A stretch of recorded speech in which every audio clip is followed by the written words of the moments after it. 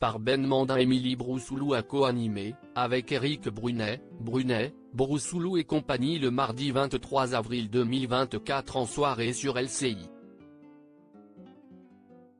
Elle y a interrogé le général Bernard Norlin. Ce dernier, présent par visio et invité à réagir sur une contre-attaque nucléaire préparée par Kim Jong-un, a vu son intervention être perturbée par sa femme.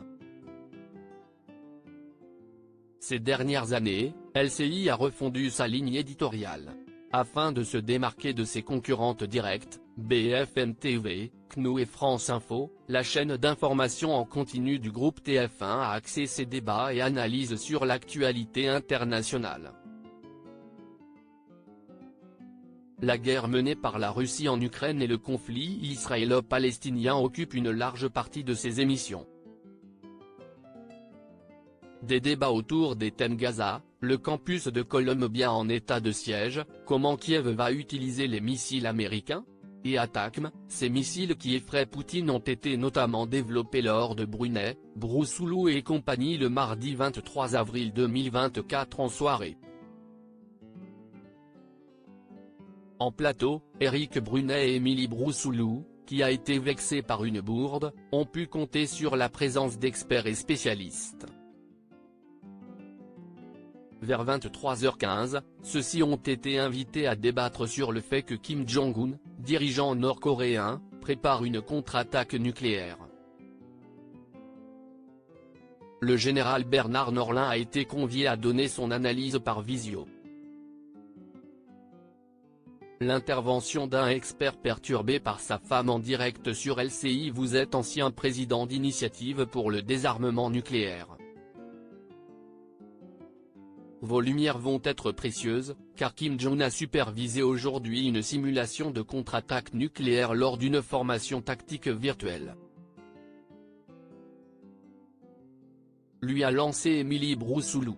Mais alors que la présentatrice, qui a été séparée de ses enfants, s'apprêtait à lui demander s'il fallait s'inquiéter de ses exercices, le général a été perturbé par sa femme.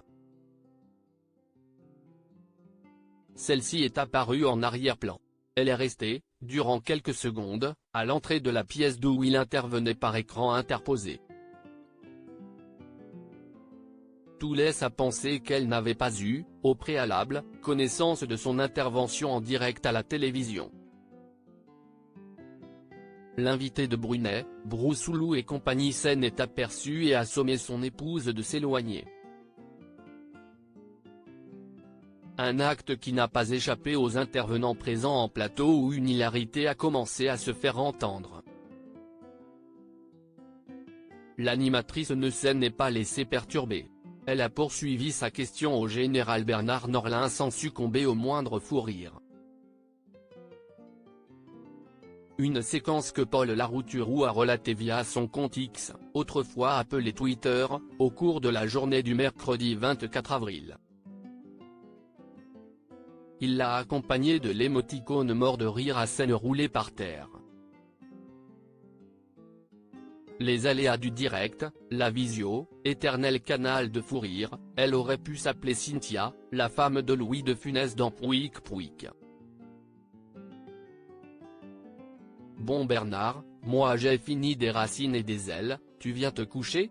Kim Jong-un n'était pas le seul à superviser, on dirait, on réagit, amusé, des abonnés du réseau social sous la publication de l'ancien chroniqueur de Yann Barthès dans Quotidien.